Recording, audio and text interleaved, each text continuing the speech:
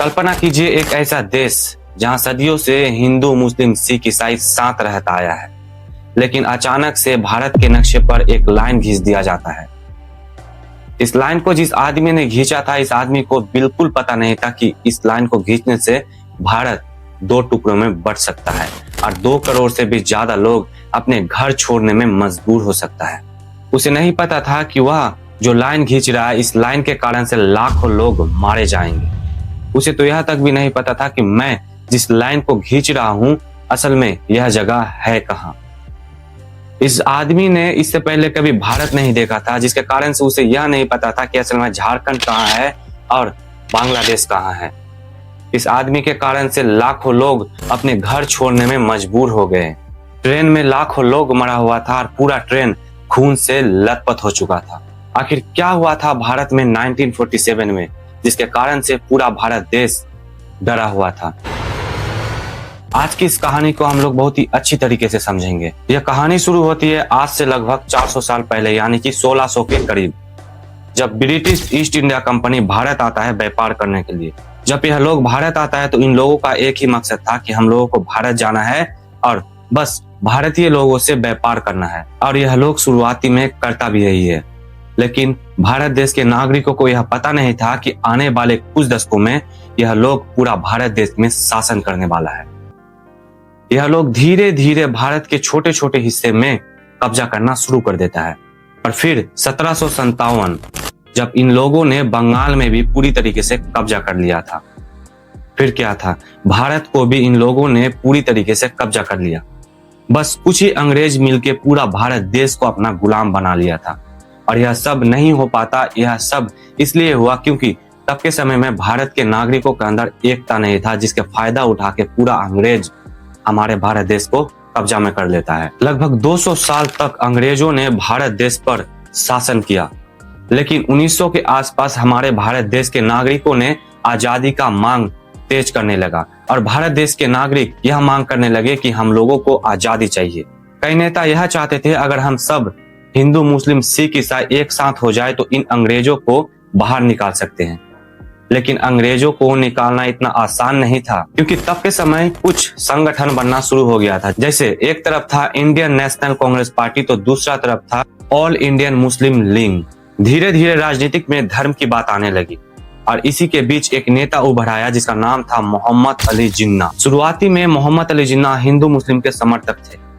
वह यह चाहते थे कि हिंदू मुस्लिम सब साथ में रहे, लेकिन अचानक से मोहम्मद अली जिन्ना का माइंडसेट चेंज हो जाता है और वह मुस्लिमों के लिए एक अलग देश की मांग करने लगता है। जिन्ना को यह लग रहा था कि अगर हिंदू मुस्लिम साथ रहे तो भारत देश में मुस्लिमों का अधिकार नहीं मिलेगा, जिसके कारण से मुस्लिमों के लिए जिन्ना एक अलग देश की मांग करने लगा और उस देश का नाम जिन्ना रखना चाहता था पाकिस्तान। जिन्ना को यह पता था कि अगर मैं पाकिस्तान का मांग करता हूं तो भारत 2 टुकड़ों में बंट सकता है, लेकिन जिन्ना को इन सब बातों से कोई फर्क नहीं पड़ता है। वह फिर भी एक अलग देश की मांग करने लगता है, जिसके कारण से भारत 2 टुकड़ों में बंट जाता है। जिन्ना अपना देश का नाम पाकिस्तान रखना चाहता था, लेकिन कांग्रेस चाहता था कि इंडिया का नाम इंडिया ही रहे। लेकिन जिन्ना को इंडिया नाम से नफरत था। वह चाहता था कि एक तरफ हिंदुस्तान रहे और एक तरफ पाकिस्तान रहे, लेकिन कांग्रेस के नेता को यह पसंद नहीं था। वह एक ही चीज चाहता था कि इंडिया को इंडिया ही रहने दो, इंडिया का नाम नहीं बदला जाएगा। जब जिन्ना पाकिस्तान को लेकर अलग हो रहा है तो जिन्ना अपना देश का नाम बदले, हम इंडियन अपने देश का नाम नहीं बदलेंगे। जिन्ना ने एक बात कही, हिंदुस्तान और पाकिस्तान यह दोनों देश को मिला के इंडिया कहा जाएगा, लेकिन भारत में रहने वाले किसी भी नागरिक को यह मंजूर नहीं था।